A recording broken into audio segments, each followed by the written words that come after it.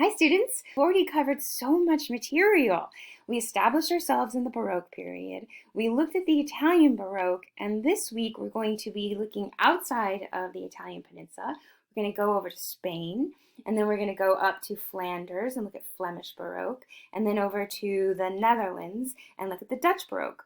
We'll finish the Baroque, French Baroque. Whew! Let's get into it with Spanish Baroque. All right. Before we look at artworks, we need some cultural context. You know that. Now, this map here is showing you the height or the largest extent of the Spanish Empire in the 16th century, so the 1500s.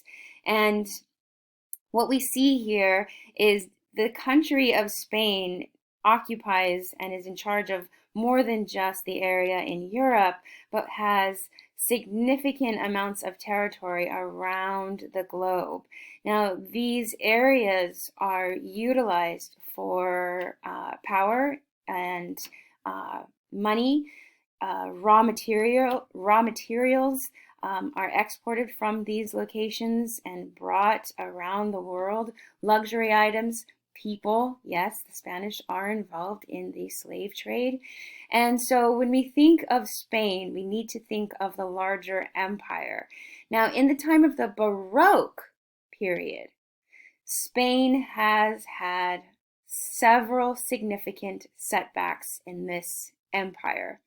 The glory of Spain, or the dominance of Spain, the conquest of Spain, is in its past, in the 16th century.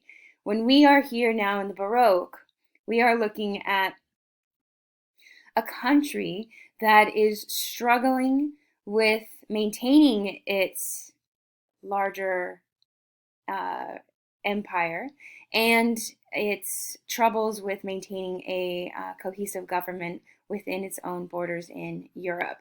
So why? What's going on? Well, it's due in much part to poor leadership and several economic depressions caused by war and, well, the lavish expenditures of the king and queen of Spain.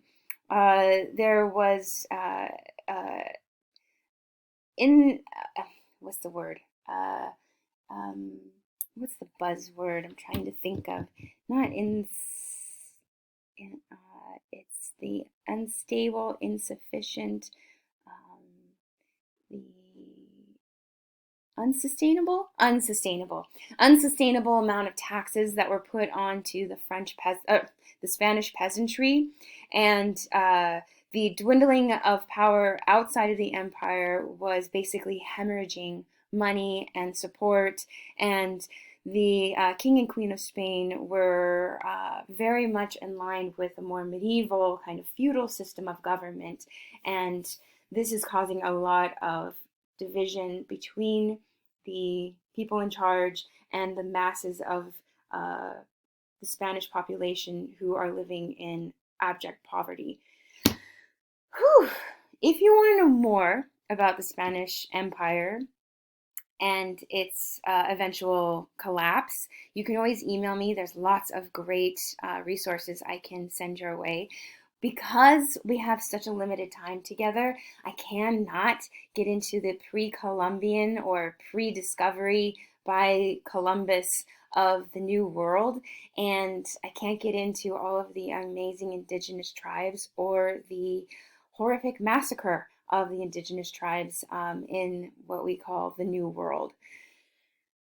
I know it's frustrating, but I think it's helpful for me to at least acknowledge it, and then we have to move back into our limitations of Europe and Western art. So, how is this going to be something we're going to be looking at?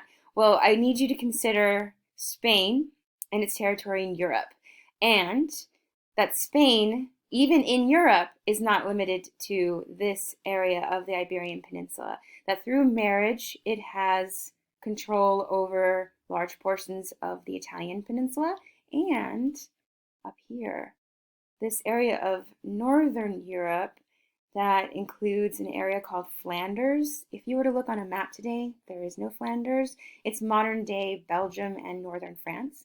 And for a time, Spain did occupy and control this territory that later becomes the United Provinces of the Netherlands, or the Dutch Republic. Whew, I know, so it's a lot. It's a lot.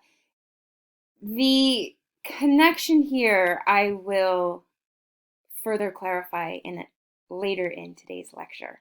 So, with that cultural context, we are going to turn our attention to our first work of art in our next video.